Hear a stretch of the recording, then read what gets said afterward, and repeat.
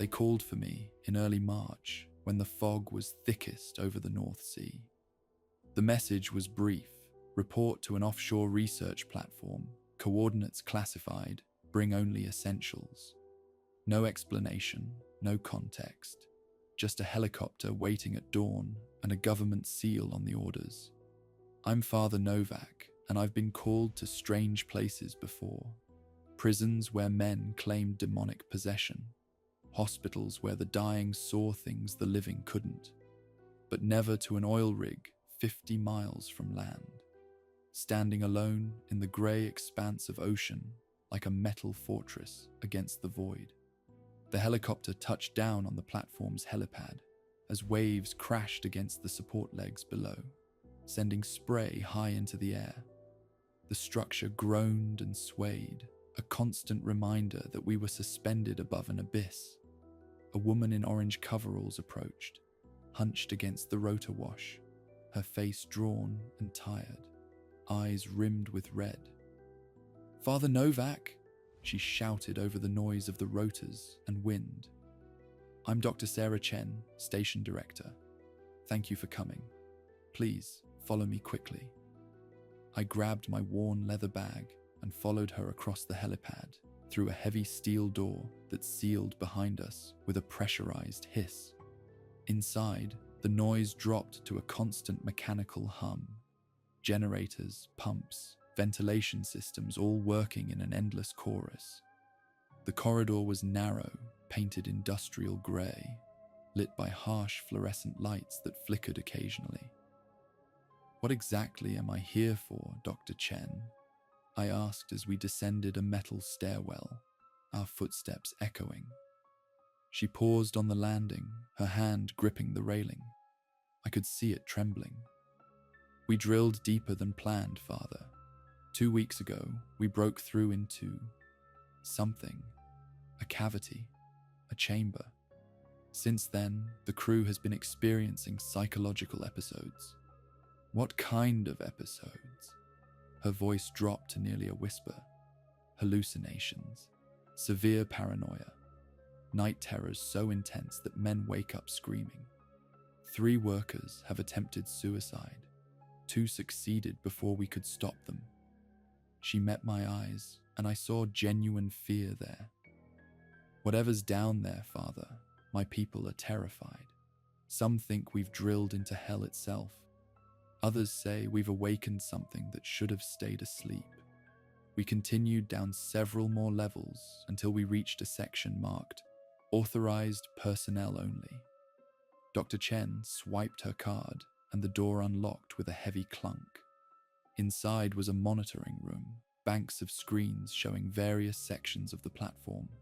Workers at their stations, empty corridors, the churning sea outside.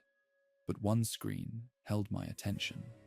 It showed a drilling shaft descending into absolute darkness. "We sent cameras down," she said, moving to that screen and pressing several buttons. The image changed, showing grainy footage of a vast empty space. "There's a chamber, massive, approximately 3 miles below sea level. The geology doesn't make sense. It shouldn't exist at this depth. And the air composition," she pulled up data on an adjacent screen. "Too much sulfur, methane, and traces of organic compounds we can't identify. It's like the air is alive somehow. And the psychological effects started after you breached this chamber. Within hours. First, it was dreams, then waking visions. People seeing things that aren't there, hearing voices of the dead." She pressed another button. "And there's this." Through the speakers came a sound that made my skin crawl. A low, rhythmic pulse, deep and resonant, like breathing, like a heartbeat, but impossibly slow, each beat lasting 5 or 6 seconds. "That's coming from the chamber." "Yes, our equipment picks it up constantly. Some of the crew swear they can hear it through the walls, through the floor, even when they're on the upper levels. It gets into their heads, Father. They hear it in their sleep." I listened to that terrible rhythm, feeling it resonate in my chest. There was something hypnotic about it, something that pulled at you, invited you deeper. I need to go down there, I said quietly. Dr. Chen's eyes widened. Father, I brought you here to bless the facility, to counsel the workers, maybe perform an exorcism if needed. But nobody who's gone down into that chamber has come back the same. The last team we sent, what happened to them? She was quiet for a long moment. We sent 4 people down, engineers, experienced workers. They were down there for 20 minutes. When they came back up, one was catatonic. He hasn't spoken since. Another kept babbling about walls that breathe and floors that pulse like flesh. The third seemed fine at first, but that night he walked into the ocean. We never found his body. And the fourth? Still in medical isolation. He screams whenever the lights go out. Says something down there touched him, got inside his mind. She shook her head. I can't send you down there, Father. I won't have another death on my conscience. Dr. Chen, I said, meeting her gaze steadily. If there's something affecting your people, something beyond psychological trauma, then I need to see it myself. I need to understand what we're facing. Otherwise, I'm useless to you and your crew. She studied me for a long moment, then nodded slowly. All right, but you won't go alone. I'll assign you a team, people who volunteered, who want answers as badly as you do. 3 hours later, I stood in the equipment room, being fitted with a safety harness, respirator, and communications gear. The suit was heavy, claustrophobic, but necessary according to the safety officer who looked like he hadn't slept in days. My team assembled around me. Marcus Webb, a grizzled engineer in his 50s with arms covered in faded tattoos and eyes that had seen too much. Lisa Park, a young geologist with nervous hands but a determined expression. And Sam Torres, a technician barely out of his 20s, who couldn't stop shaking as he checked his equipment. Everyone clear on the protocol? Dr. Chen's voice came through our headsets. You descend to the chamber, you take readings, you document what you see, and you come back up. Maximum time down there is 30 minutes. Any sign of psychological distress, any sign at all, and you abort immediately. Understood. We all confirmed. Marcus caught my eye and gave a grim nod. Been working rigs for 30 years, Father. Never believed in ghosts or demons or any of that. But what's down there? He trailed off. Just stay close to us, all right? The elevator cage was barely large enough for the 4 of us. As we stepped inside and the gate clanged shut, I felt the weight of the ocean pressing down, the weight of all that darkness below. The operator, a gaunt man with hollow eyes, threw the switch without a word. We began to descend. The shaft was tight, the walls slick with moisture that glistened in our helmet lights. The metal cage groaned and swayed, and I could hear the cables creaking above us. The temperature gauge on Lisa's equipment began to climb. That's wrong, she muttered, tapping the display. It should be getting colder as we descend, but it's warming up, already 10 degrees higher than it should be. Marcus leaned against the cage wall, his breathing heavy through the respirator. You feel that? He said quietly, like something's watching us, like we're being pulled down instead of descending. Atmospheric pressures all wrong too, Lisa continued, her voice tight with confusion. At this depth, we should be crushed, but the pressure's actually decreasing. It's like we're entering a bubble of different physics. The descent continued. 500 meters, 1,000, 2,000. The walls began to change texture. becoming smoother, almost polished. Lisa ran her gloved hand along the surface. "This isn't natural," she said. "These walls have been worked, shaped. But the geological survey said this was solid bedrock.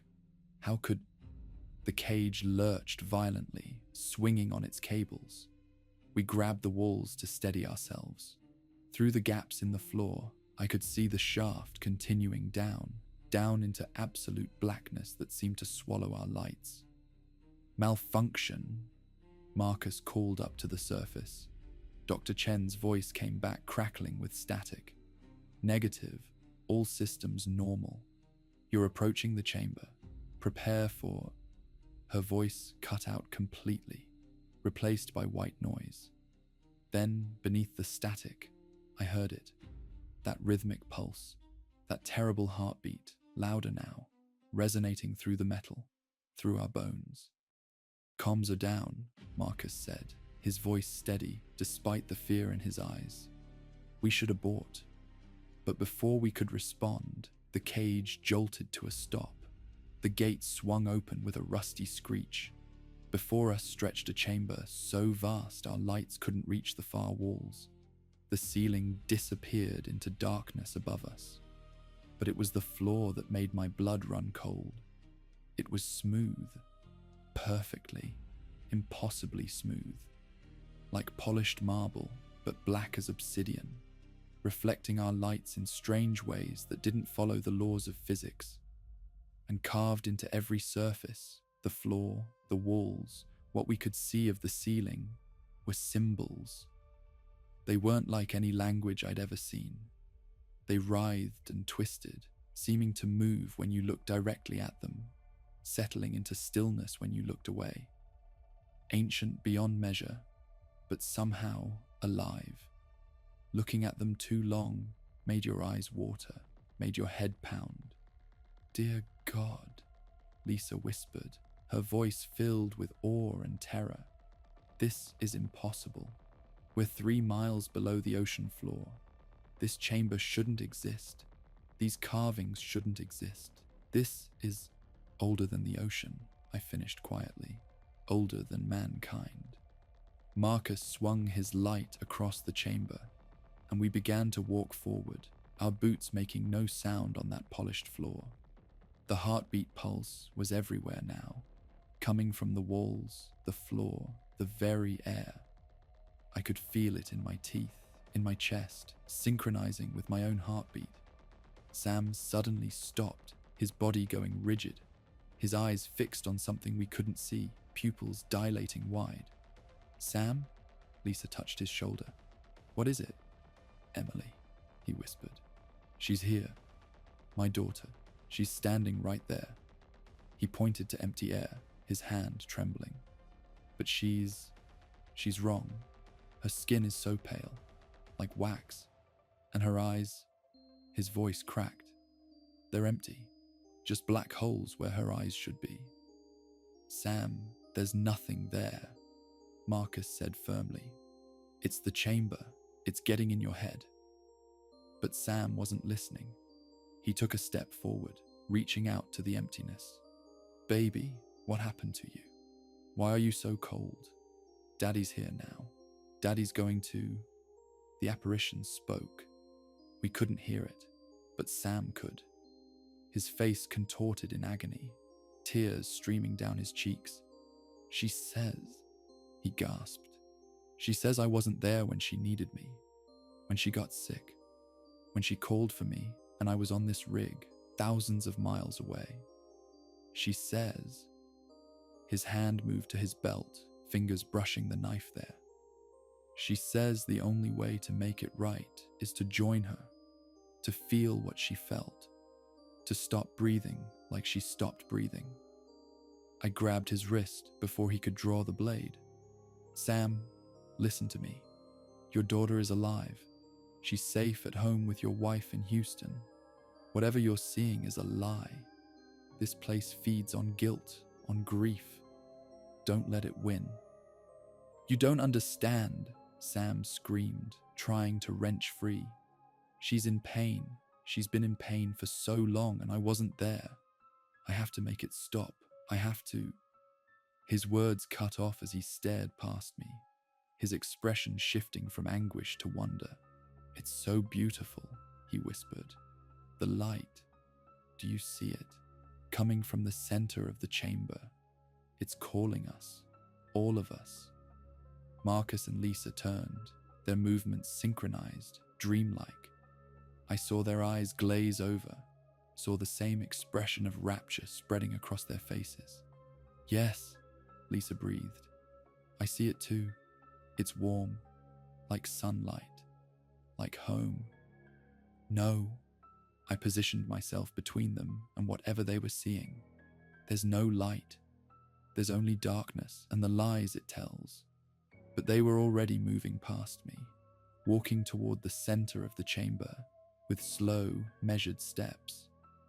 I grabbed Lisa's arm and she shook me off with surprising strength, never breaking her trance-like stride. At the center of the chamber, perhaps 100 meters from where we entered, stood something that made reality itself seem to bend. A well, not hewn from stone, but born from it, as if the rock had always contained this perfect circular void and merely waited for us to discover it. 10 feet in diameter, ringed with symbols that didn't just writhe, they screamed silently, meanings that existed beyond language, beyond thought. The pulse came from within, and as we drew closer, I realized it wasn't a heartbeat at all. It was respiration. Something down there was breathing. Sam reached the edge first, peering down into darkness so absolute it seemed to have weight, have substance. She's down there, he said, his voice filled with terrible certainty. Emily, and my father, and my brother who died in Afghanistan. Everyone I've lost. They're all down there, waiting. They've been waiting so long, and they're not angry anymore. They forgive me. They want me to come home. Sam, step back, I ordered, my voice sharp. But I could feel it now too, the pull, the seductive whisper of the void promising rest, promising an end to all the questions, all the doubt, all the lonely nights wondering if anyone was listening to my prayers. Lisa knelt by the well's edge, her fingers tracing the symbols. These aren't warnings, she said dreamily. They're instructions, a map. This well, it doesn't go down, it goes in, into a space between spaces, a fold in reality where... She looked up at me, and her eyes were black from edge to edge, where everything that's ever been lost goes to wait. Marcus laughed, a sound without humor. All those safety drills, all those emergency procedures, and here we are at the end of the world, and none of it matters. Nothing we did matters. We're going to fall into that hole and fall forever. And you know what? I'm tired, Father. I'm so goddamn tired of holding on. He pulled out his sidearm, against regulations I thought absurdly, and placed it under his chin. Marcus, don't! I lunged for him, but Sam intercepted me, grabbing my arms with hands that felt too cold, too strong. Let him go, Sam said, and his voice had layers now, harmonics that shouldn't exist in a human throat. Let him find peace. Let us all find peace. The struggle ends here, Father. The pain ends here. Why do you fight so hard against the mercy of nothing? I struggled, but Sam's grip was like iron. I could only watch as Marcus smiled, genuinely smiled, the first real expression I'd seen on his face, and pulled the trigger. The sound was deafening in the enclosed space. Marcus's head snapped back, his body crumpling, but he didn't fall to the floor. Instead, he tumbled forward into the well, and I heard no impact, no splash, just his body disappearing into that absolute darkness, swallowed without a trace. Lisa stood, brushing off her knees. See? It doesn't hurt. The transition is gentle. We've been afraid of the wrong thing, Father.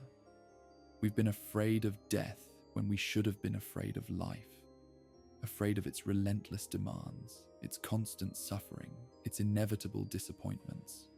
She stepped to the edge.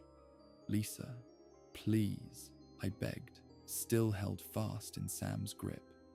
Think about your work, your research, the things you haven't discovered yet, the questions you haven't answered. Questions, she repeated, as if tasting the word. Yes, I had so many questions. But here's the thing about questions, Father. She smiled, and it was the saddest thing I'd ever seen. Sometimes the answer is that there are no answers. Sometimes the answer is silence. And silence, she spread her arms wide, is so much easier than noise. She leaned forward and fell. Sam released me, and I lunged for her, my hand catching nothing but air. She vanished into the well without a sound, and the darkness rippled where she'd entered, like water accepting a stone. No, no, no, I whispered, staring into that impossible depth. God, please, no. God isn't here, Sam said gently, placing a hand on my shoulder. God has never been here. This place is older than your God, Father Novak. Older than all the gods men have ever invented to explain away the dark. I spun to face him, and what I saw made my sanity teeter on a razor's edge. Sam's face was peeling, like a mask coming loose. Beneath it, I caught glimpses of something else. Not flesh, not bone, but geometry that hurt to perceive. Angles that existed in more dimensions than 3. Surfaces that curved through spaces that shouldn't exist. What are you? I breathed.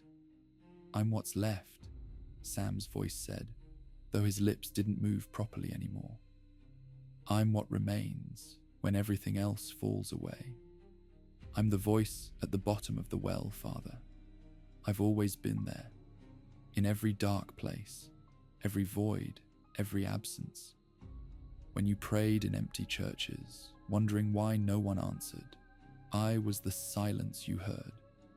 When you buried your mother and felt that hollow space where she used to be, I was that hollow space. I am the inevitable end of all things, and I have been waiting for you specifically for a very long time.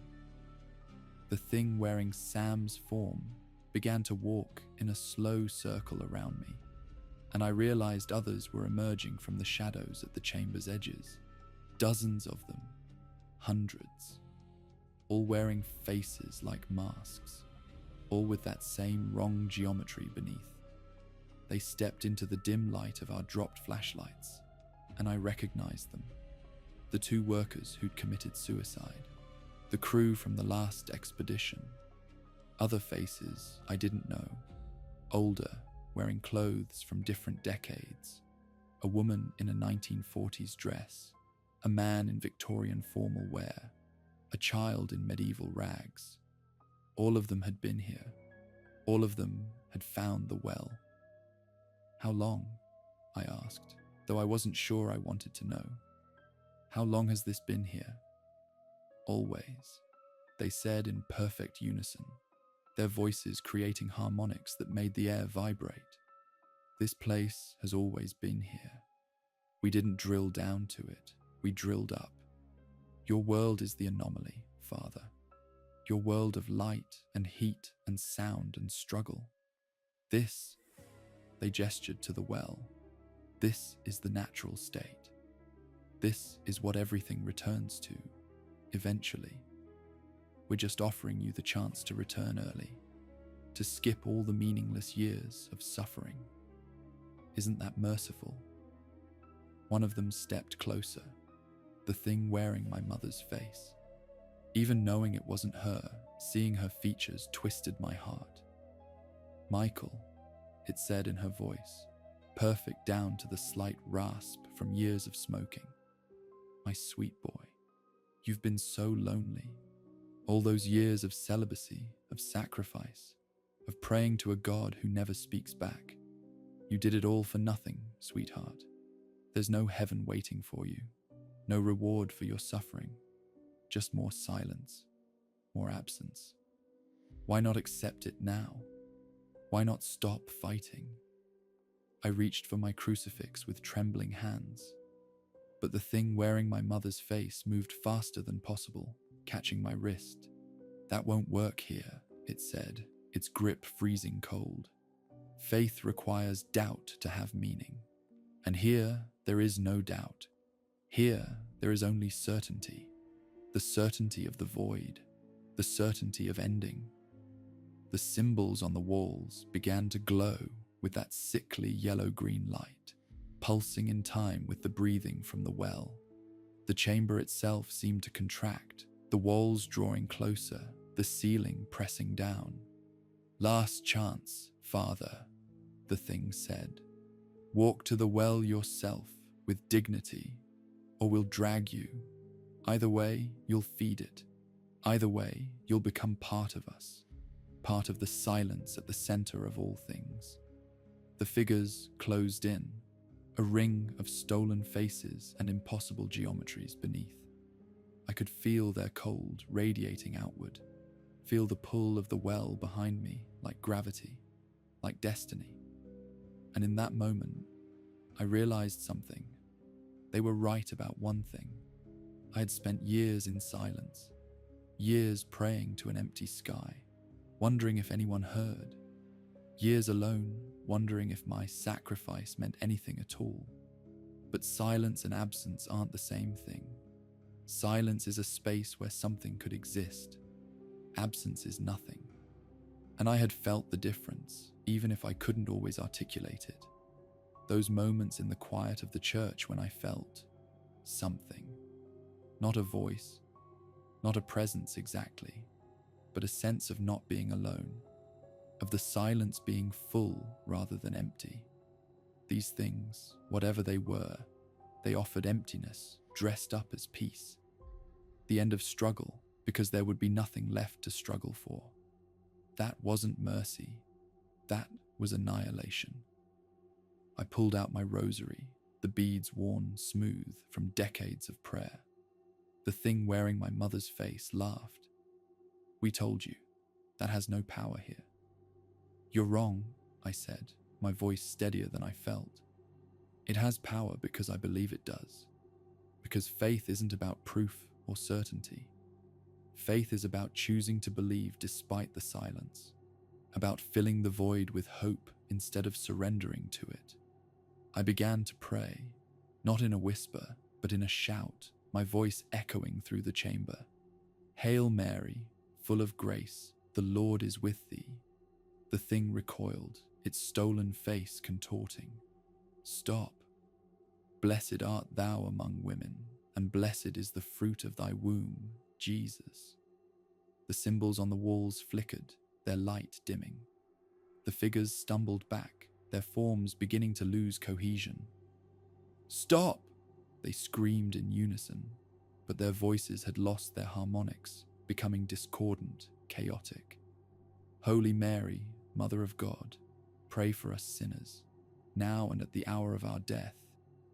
The thing wearing my mother's face shrieked and lunged for me, its mask finally slipping completely. Beneath was nothing, literally nothing. A hole in reality shaped vaguely like a person. But as my prayer continued, even that began to dissolve, wisps of darkness evaporating like smoke. You can't do this, it wailed. We are eternal. We are inevitable. We are nothing, I finished. You are nothing, and nothing has no power over faith. The chamber began to shake. Cracks spiderwebbed across that impossibly smooth floor. The well's breathing became ragged, desperate, the pulse irregular and weakening. I ran. Behind me, the figures screamed and reached, but they were coming apart now, dissolving into shadows that faded even as they grasped for me. The floor bucked and heaved, chunks of that polished black stone falling away to reveal I don't know what. Something that wasn't stone, wasn't matter, but pure geometries of absence trying to unmake themselves. The elevator cage was gone, torn loose and fallen into the depths, but the shaft remained, and I could see handholds carved into the walls. Or maybe they'd always been there and I just hadn't noticed. I grabbed one and began to climb. 3 miles up, impossible. But I climbed anyway, my hands finding holds, my boots finding purchase, my prayers becoming rhythm. Our Father, who art in heaven, hallowed be thy name. Below me, the chamber was collapsing inward, the well becoming a whirlpool of unlight, dragging everything into itself. I heard the screams of the things that had worn human faces, heard them being unmade as the well consumed even them. Thy kingdom come, thy will be done. My muscles screamed. My lungs burned. But I climbed, meter by meter, telling myself that the next handhold would be there, that the shaft wouldn't collapse before I reached the top. On earth as it is in heaven. A hand grabbed my ankle. I looked down. The thing that had been Sam clung to the shaft below me, its face a ruin, its form barely holding together. If I can't have peace, it hissed, neither can you. It pulled, trying to drag me back down into the collapsing chamber. I kicked, but its grip was impossibly strong. Give us this day our daily bread. Another hand grabbed me, this one from above. I looked up to see a rope dangling, and at its end, a figure in orange coveralls. Dr. Chen. Grab on, she shouted. I released one handhold and caught the rope. Dr. Chen pulled, and others joined her. Workers from the platform, hauling together. The thing that had been Sam screamed as my boot connected with its face. Once, twice. Until finally its grip broke and it fell, tumbling down into the collapsing chamber below, its scream cutting off abruptly. They pulled me up, hand over hand, until strong arms grabbed me and hauled me over the edge of the shaft. I collapsed on the platform floor, gasping, my prayers finally trailing off into silence. The platform was in chaos. Alarms shrieked. Emergency lights flashed. Workers ran in every direction. What's happening? I gasped. Dr. Chen's face was pale. The entire drill shaft is collapsing. The chamber below is caving in on itself. We're evacuating, now. She pulled me to my feet, and we ran. Behind us, I could hear the groan of metal and stone, feel the platform shaking as the shaft imploded. We raced through corridors, up stairwells, past rooms where equipment sparked and failed. The helipad was ahead. One helicopter waited, rotors already spinning. Go! Dr. Chen shoved me toward it. I have to make sure everyone's out. There's no time. Go! I climbed aboard, and the helicopter lifted off immediately. Through the window, I watched as Dr. Chen ran back toward the platform interior, disappearing through a door. Seconds later, she emerged with 2 more workers, all 3 sprinting for the helipad. But they were too late. The platform buckled in the center, the helipad tilting at a crazy angle. Dr. Chen and the workers slid, grabbing for railings, for anything. The helicopter pilot tried to descend, to get closer, but the platform was falling apart too fast. I watched Dr. Chen look up at me. Our eyes met, and she smiled, a sad, accepting smile, and let go. All 3 of them tumbled into the churning ocean below. No! I screamed, but the pilot was already pulling up, pulling away. Go back! We have to... I can't, the pilot shouted. The whole structure's going down. We'll be pulled under. The platform collapsed inward, its support legs buckling, the entire massive structure tilting and sinking.